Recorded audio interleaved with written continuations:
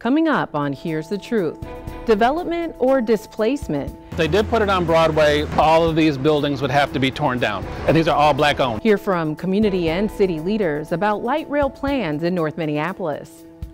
It was dehumanizing. Then allegations of retaliation pile up with the city of Minneapolis with another worker speaking out.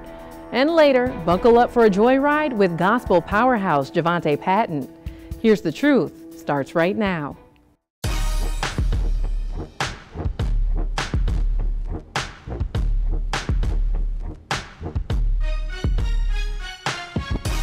Thanks so much for joining us. I'm independent journalist Georgia Fort. We begin with North Minneapolis residents and business owners expressing concern about a potential light rail path they believe will rip their community apart. But planners say they're making strides at an equitable project. Take a look. It's like this thing that's on University, and that's not a helpful thing. Confusion and uncertainty. I said, what? No.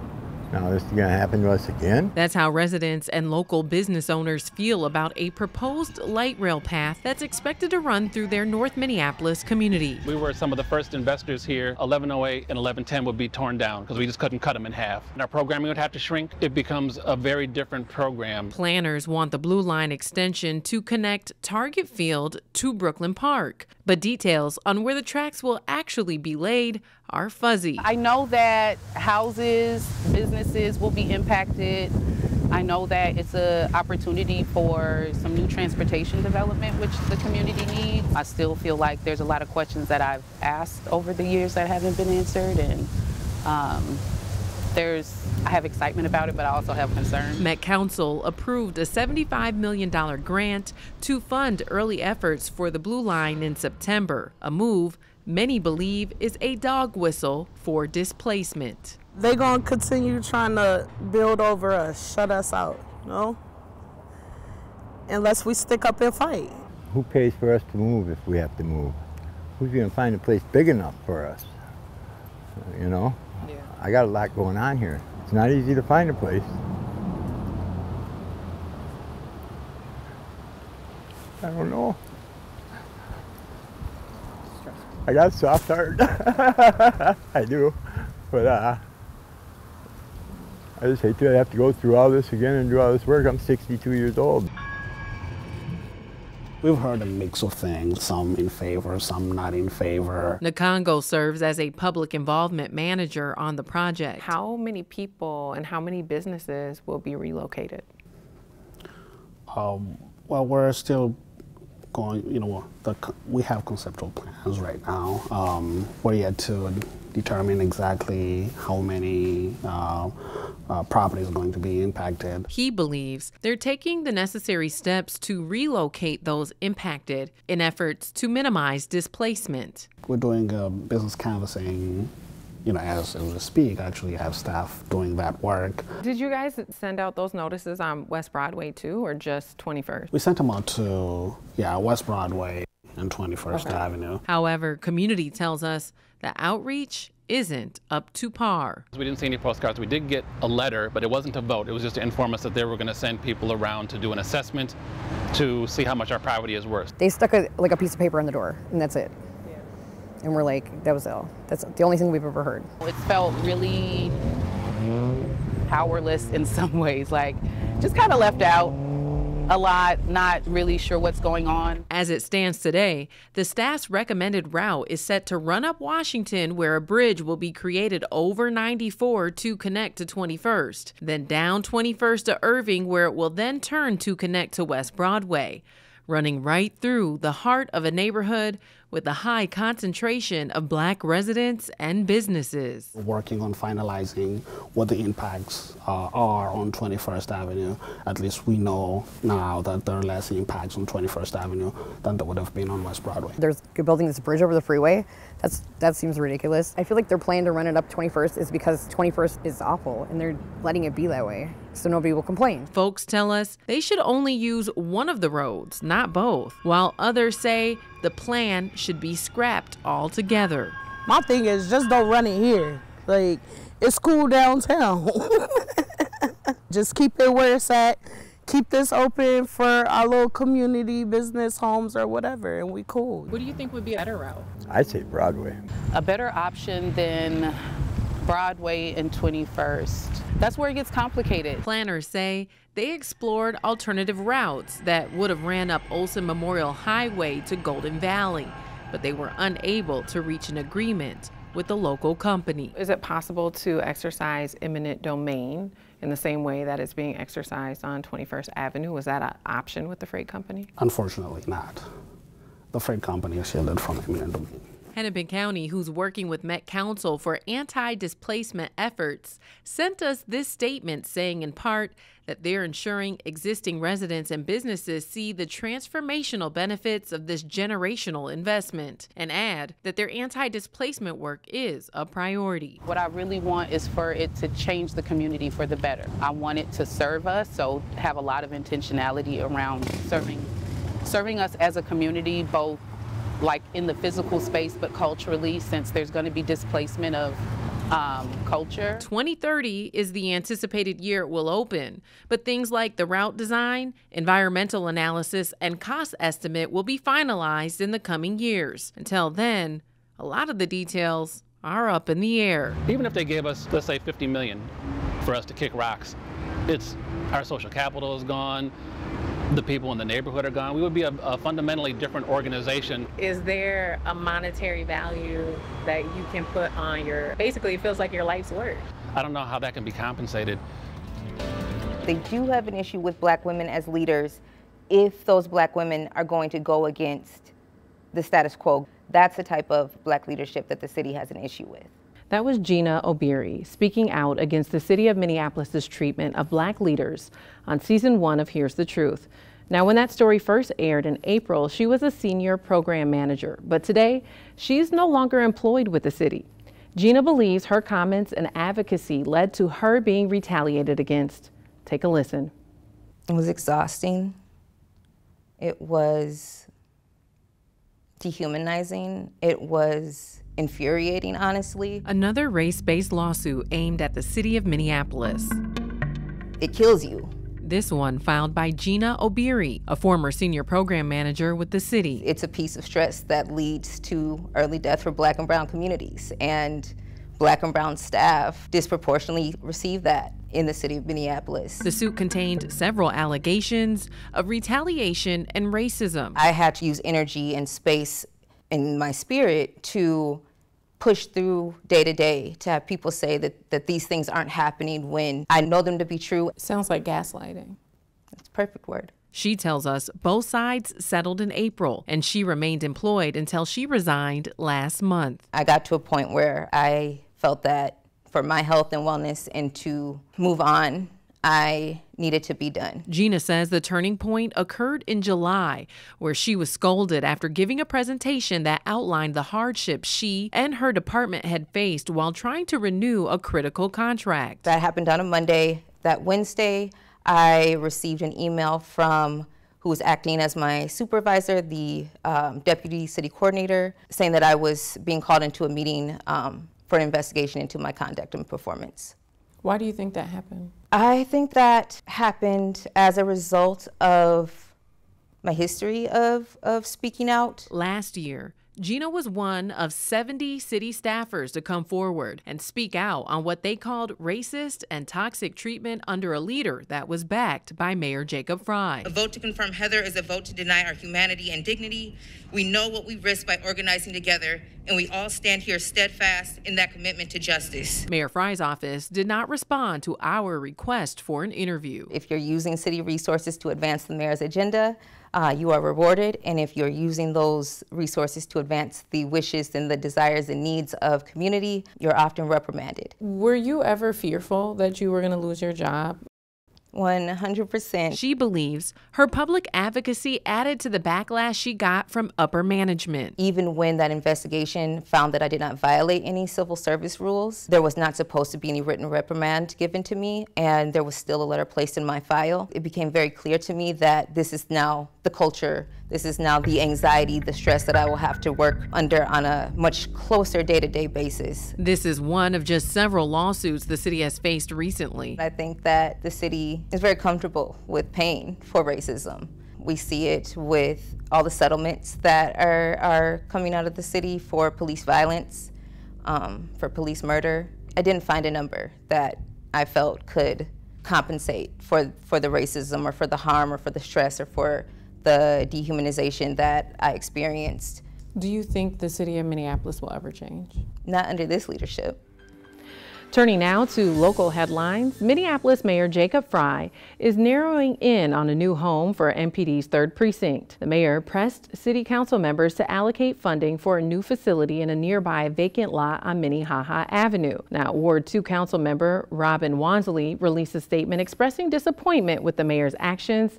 She claims that he's making decisions that directly counter wishes from residents. If you recall, the original location on the 3100 block of Nicollet Avenue was burned down during the unrest following George Floyd's murder. And speaking of George Floyd, many hearts are heavy today as the world remembers his birthday. Big Floyd was murdered in broad daylight back in 2020 by former MPD officers. The pavement George Floyd took his last breath on at 38th and Chicago now serves as a sacred memorial and the epicenter of the longest ongoing protest in America. George Floyd would have turned 50 today if he were still with us. Up next, works of art reveal the rich indigenous history of the land we stand on. Learn how Marlena Miles is informing Minnesotans about Dakota people. And stick around later for a joyride with gospel powerhouse Jovonta Patton. Here's the Truth returns after the break.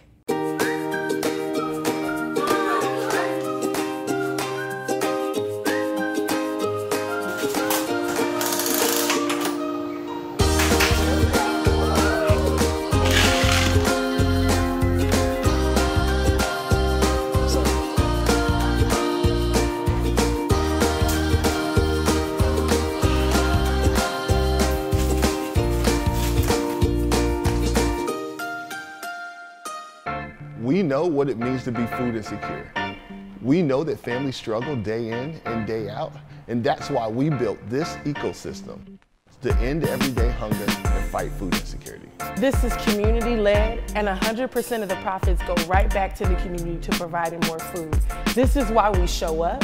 This is why we keep going. This is why we love what we do. Together, we can end food insecurity in St. Paul and bring dignity to everyone's plate.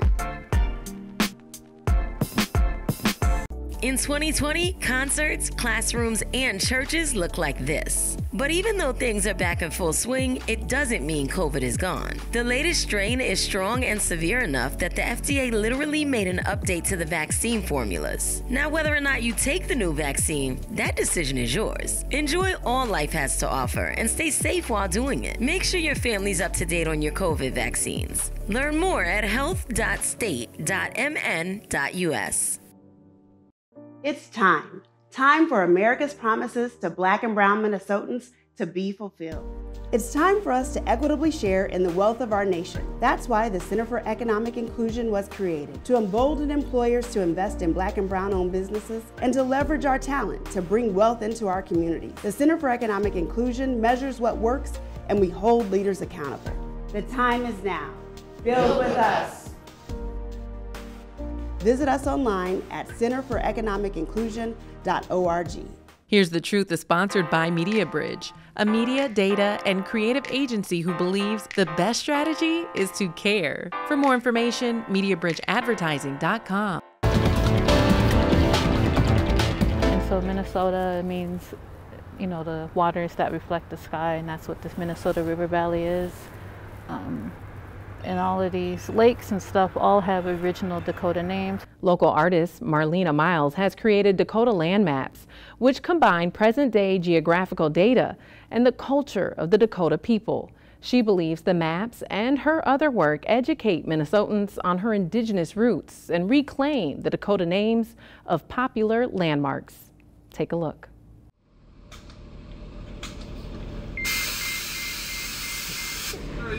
My great-great-grandmother, she was born in 1863. in Minnesota. Dakota people were exiled that same year. It took over 100 years for my own family to be able to come back to where we originated. Marlena Miles creates art to teach about the relationship Dakota people have to the Twin Cities. Growing up in South Minneapolis, I lived in a place called Little Earth. I remember as a kid taking the bus everywhere. Marlena is the driving force behind the Metro Transit bus that's covered in artistic symbolism of her culture. I didn't even know they let it out into the wild. I was in Franklin Avenue and I saw it drive by. A native man was on a scooter and he started like racing the bus to keep up and keep watching it, you know. I just feel proud when I see the native community have such like a positive response to being seen and felt. I got this piece of work that said it has to have this bus, and I had no idea why. And I drove up and I saw this bus and I went, Dakota land. I was overwhelmed, but I was like, what the heck? Marlena is also the artist behind the project, which she holds in deep reverence. Creating the Dakota land maps, that starts to open people's eyes that the past and the present exist at the same time. Bdote, it's not just confined to this one little area, but actually encompasses all of this area. The Bdote is a Dakota word that describes the place where the energy is. This is where the two rivers come together. Minnesota River, and this is the mighty Mississippi River. This is our birthing waters. This is where our creation story is. This is where we evolved from, is this place. This was sort of like the middle of all these Dakota villages at the time that Europeans came to this area. You can also see the systematic approach to land theft and genocide. They come in and they build a military base. And then if you look over here, you can see the steeple of the very first Catholic church, St. Peter's, which is on the opposite side of the bridge there. And what they're surrounding is the sacred site of the Dakota. Marlena says her culture is stored as data in the very land that we stand on. When I created these maps, I wanted to put little icons that represented maybe the significance of that area. So even if you didn't know Dakota, you might be able to figure out the meaning just based upon the visual images that are there. It's just a good entryway to formulating people's minds when they think about Native people or Dakota people. Across and then over. Where the fence is around the mountains. Yeah, all the way to the top of the hill. I guess we'd be a little bit past St. Paul, sort of by the burial mounds up here. The Dakota Land Map is compiled of historic research and the oral histories of Indigenous community leaders. I also asked people in like Upper Sioux and Lower Sioux about places that I heard had a Dakota name. The Dakota language is the language of Minnesota for over 14,000 years. Today my people live in exile in Santee, Nebraska, where our language doesn't make as much sense as it does here, with hundreds of hydrological terms. Marlena works to preserve the Dakota language in Minnesota through a free augmented reality land map of the Twin Cities. My friend Dawi helped with the language, and he also provided an audio guide so no one has an excuse to not be able to say it.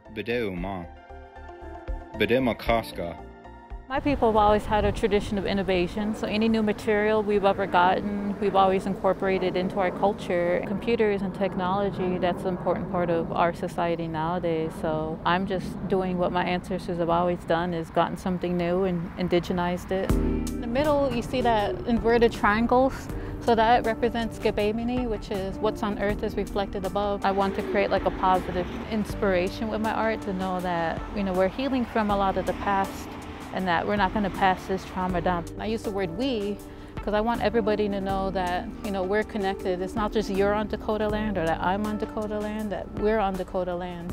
And that, we all have a responsibility to be good relatives with each other. When I created this map, I didn't know who would want it, who needed it, where it would end up. I just made sure it was free. She says this is all her way of building a safe and informed community. I don't need permission from whoever owns a space or whatever to tell stories. It's not disturbing anything. It's not placing anything physical there. So no one can actually get mad that someone is standing there with a phone looking at something. It restores Native presence in so many different levels and also gives us sovereignty to be people and have our connection to the land without, someone else lording over how we tell these stories. To view the Dakota land maps, visit her website, marlenamiles.com. There, you'll be able to learn more and view her other artwork. Still ahead, buckle up for a joyride with gospel singer Jovonta Patton. Nothing ever can stop me. I can do anything. Nothing ever can stop me. This commercial break is powered by U.S. Bank's Access Commitment Initiative. U.S. Bank is building Black wealth by uplifting and supporting Black-owned businesses like these. Papa Legba's Lounge is home to musical legends of the past. Papa Legba offers a place for mature audiences to relax and unwind with signature cocktails inspired by legendary musicians. Papa Legba brings extraordinary soul music to the Twin Cities and provides local talent a platform to showcase their music. Check out our website for weekly performances at papalegba.lounge.com. TNT Academy is the ultimate performance recovery program focused on football skills training, strength and conditioning, and overall mentorship for young men.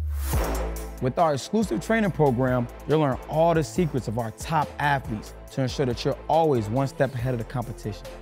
We take an innovative approach to focus on injury prevention. We work with all levels, youth all the way up to the pros.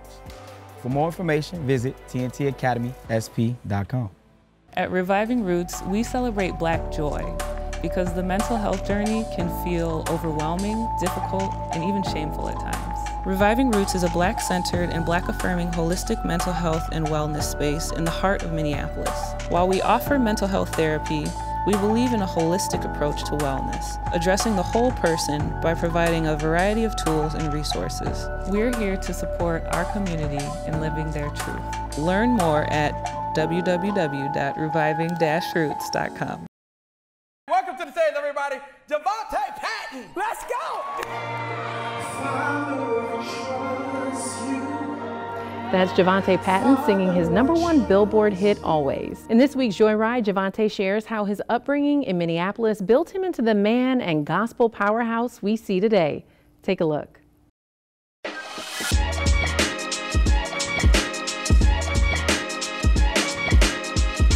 Tell me about your journey to becoming an artist. Like, when did you know that you wanted to do music? I knew I wanted to do music probably for sure at like the age of 4. Oh wow! Forget the ABCs. I'm gonna be a superstar. That's all I cared about. And mind you, I wasn't watching like anybody else on TV at the time. It was just embedded in me. Yeah. I was watching Power Rangers then. I loved the white Power Ranger and the pink Power Ranger. Okay, Kimberly and Tommy. Yes.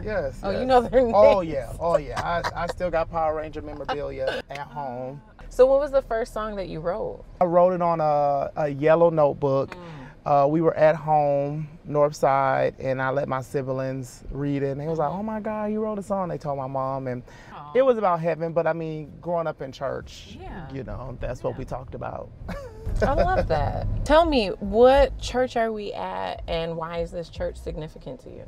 We are at Berean Missionary Baptist Church. This is the church where I grew up. Born and raised. I've never known any other church but this church. The pastor, he passed away last year. And my middle name is Charles. His first name is Charles, so I was named after him. So singing, writing songs, being a leader, all things God, Holy Spirit, I learned right here. I can do anything. Nothing ever can stop me. I can do anything. Nothing ever can stop me. Oh, I can. Is it ever challenging to balance all of the music and the ministry with your responsibilities as a family man? So I have a philosophy, children before church, because too many kids grow up and their dad is a staple for everyone else's family but their own. I enjoy marriage, but I don't let church create my marriage. I let my marriage be and church be. Tell us about your path to becoming a pastor. God has called me to be Jovonta Patton, and then the pastoralship will just run into who is needed for and not who I promoted it to. Yeah, for sure. So I like being a singer. actor, model. When I see people, they don't have to act like in this certain like wall, like, oh, the pastor in here, like, you ain't gotta do that, bro. Play what you gonna play. You know what I'm saying? Say what you gonna say. Yeah, like say how you would normally say. Yeah, it. because if God really wants to meet you, you faking like you're somebody else because I'm around, he can't meet the real you. Yeah. So we're here at Edison. I was the first out of all of my mom's children and her to graduate on time. And I sang my first national anthems here, basketball team, so now singing for the NBA, NFL. Yeah. This was preparation ground.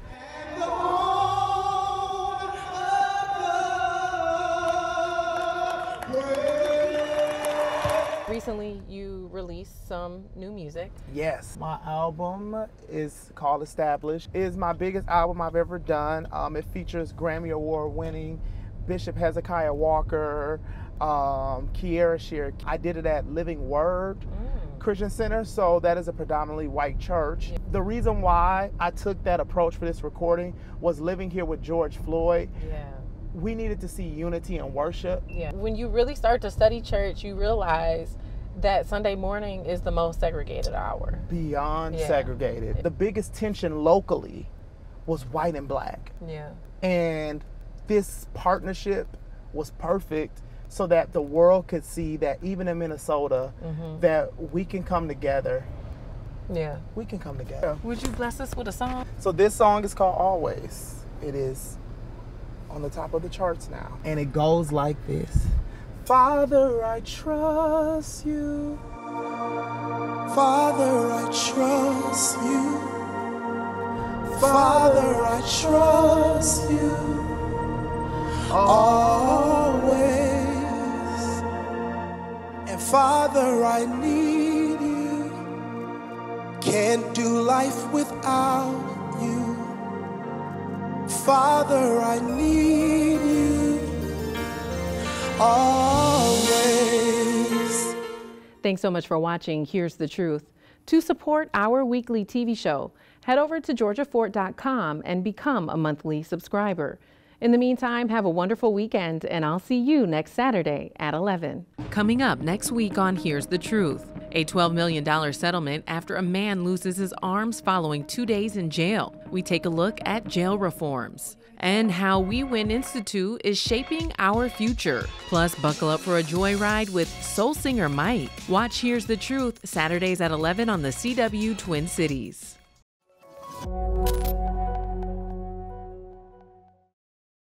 At Nail Partners, we prioritize people. We understand how real estate can unlock a community's aspirations. From the very beginning of a project to its completion, we create space for collaboration. By bringing people together from all walks of life, we're able to build a shared vision that benefits everyone. Because if we want stronger, healthier communities, everyone deserves a seat at the table. Nail Partners, built for community. 3 years ago, COVID-19 forced our entire world to stop. Even as we adjust to a new society, the fight against the virus continues. That's why the Minnesota Department of Health is urging you to get the updated COVID-19 vaccine that's FDA approved. It's specifically designed to combat the latest variants and available for everyone aged 6 months and older. Worried about the cost? Free or low-cost vaccines are available. Just check in with your clinic before scheduling. Don't have insurance? We got you. Just contact your nearest community health center. Corona is still around, so keep yourself and your people safe. Together, we can win this fight.